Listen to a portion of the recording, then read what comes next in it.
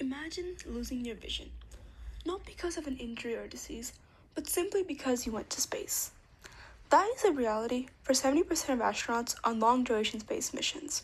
They develop a condition called spaceflight-associated neuroocular syndrome, or SANS, which causes the optic disc to swell, the back of the eye to flatten, and in some cases, permanent changes to vision. The cause? In weightlessness, blood and cerebrospinal fluid shift upwards to the head. Without gravity pulling the fluid down, it builds pressure inside of the skull, and the eyes bear the consequences. For missions to Mars lasting 2 to 3 years, this isn't a minor side effect. It's a mission-critical medical crisis that we currently have no reliable solution for. As you can see here, the effects are widespread. Fluid shifts cause brain structural changes, including ventricle enlargement and pituitary shape changes. The eyes experience the swelling of the optic nerve, retinal folds, and progressive blurring of vision. These aren't hypothetical risks. They have been documented in astronauts returning from the International Space Station, and the long-term consequences are still being studied, because we've never sent humans on a mission long enough to know how bad it can get. The solution already exists in principle. It's called low body negative pressure, LBNP. The concept is straightforward. A sealed chamber surrounds the lower body, while a vacuum pump reduces air pressure inside, pulling blood back down into the legs, exactly mimicking the effect of standing upright on Earth.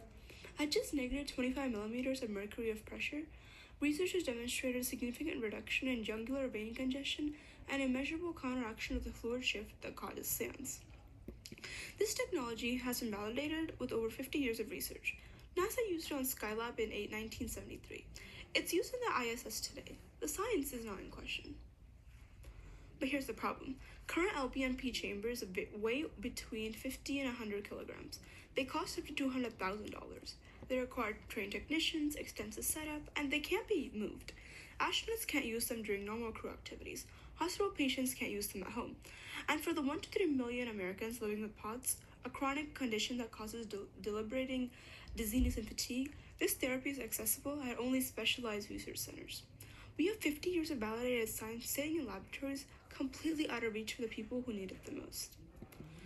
That's the Gravitate is designed to close. Gravitate is a wearable, low-body negative pressure system, a 1.2 kilogram garment built from medical-grade neoprene and silicone vacuum bladder that achieves the same psychological effect as a traditional chamber at 98% less weight. 2 miniature brushless pumps generate the required vacuum pressure. An ESP32 microcontroller with hybrid PID and fuzzy logic controls adjusts pressure in real time based on the wearer's physiological response. Sensors in the ear measure heart rate and oxygen saturation.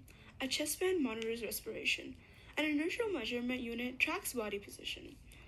The system maintains negative 50 millimeters of mercury for over 60 minutes on a single charge, long enough for a full therapeutic session, and shuts down with a 30-second pressure release to prevent rebound hypotension.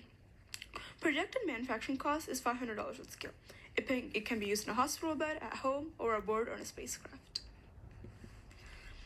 The feasibility of Gravitate rests on components that exist today. Miniature brushless pumps, ESP32 microcontrollers, medical-grade silicone, and lithium polymer batteries are all commercially available. The near-term version of Gravitate uses no speculative materials, only validated engineering in a new configuration. The development pathway begins with a prototype validation study, testing 3 pressure sensor architectures, silver-plated nylon, carbon-coated polyester, and hybrid metallic mesh, to confirm accuracy within plus or minus 1.5 millimeters of mercury across 500 wear cycles. From there, clinical trials with POT patients and bed rest subjects will validate therapeutic equivalents to traditional chambers before seeking FDA clearance. Gravitate is not a concept waiting for a scientific breakthrough. It's an engineering challenge waiting for the resources to build it. The science is proven. The need is urgent. The path forward is clear.